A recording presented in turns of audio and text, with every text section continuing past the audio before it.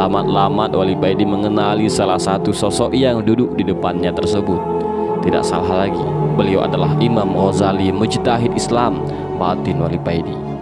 Lalu Wali Paidi melihat sosok baju putih itu maju ke depan dan berkata kepada sesuatu yang di depannya, sesuatu yang tidak terlihat, "Gusti, bagaimana menurut jenengan terhadap kedua kekasihmu ini, yakni Nabi Musa dan Al-Ghazali?" tanya sosok putih itu.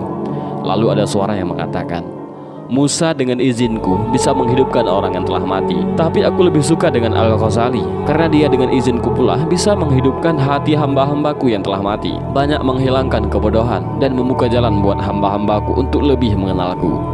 Lalu ketiga sosok itu samar-samar hilang dari pandangan Wali Paidi.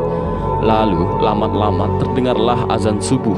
Sedikit demi sedikit alam mulai terlihat kembali. Setelah sholat, Wali Paidi bangkit dan kembali pulang. Pada hari itu, Wali Paidi berpenampilan lain dari biasanya. Beliau tampil gaul sekali, memakai sepatu, celana jeans, dan kaos oblong. Walaupun semua pakaiannya ini pemberian dari adik Mas Kiai Mursyid yang kebetulan buka toko pakaian distro. Dan dengan memakai kacamata hitamnya, Wali Paidi berangkat untuk memenuhi undangan Mas Kiai Mursyid dalam rangka tasyakuran dan pembukaan toko onderdil barunya, yang mana semua barangnya langsung didatangkan dari luar negeri. Mas Kiai Mursyid ini kalau bisnis memang tidak mau setengah-setengah. Sekali terjun, beliau langsung menyelam sekalian. Sekitar jam 9 pagi, Wali Paidi sudah sampai di toko Mas Kiai Mursyid. Tampak terop yang mewah yang tidak begitu besar berada di depan toko.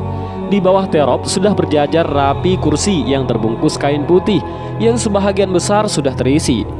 Di depan terop ada geladak kecil yang juga tertutup kain putih, yang di atasnya ada karpet merah, yang di sebelah kirinya ada piano semacam elektron musik barat slow rock yang berkumandang mulai awal acara. Yang unik, ada sebagian tamu yang datang memakai kopiah dan sarung, sedang tamu lainnya berpakaian ala eksekutif muda. Memang Mas Kiai Mursyid ini mengundang seluruh pelaku bisnis di dalam kota dan sebahagian dari luar daerah. Mas Kiai Mursyid ini menyeting acara pada pembukaan tokonya ini dengan model seperti acara pembukaan toko onderdil pada umumnya, tidak seperti acara yang biasa dilakukan seorang kiai di kalangan pesantren. Apalagi Mas Kiai ini adalah seorang mursyid. Wali Paidi tidak langsung duduk di tempat acara, tetapi langsung menuju dapur umum mencari kopi. Setelah dapat kopi, Wali Paidi duduk di pojok toko, mengeluarkan sebatang rokoknya sambil menunggu kedatangan Mas Kiai Mursyid. Sambil menjodot rokok Masna Wasula Sawaruba, Wali Paidi mengawasi semua tamu yang datang. Wali Paidi tersenyum kecil ketika melihat kekikukan para tamu yang memakai kopiah dan sarung itu.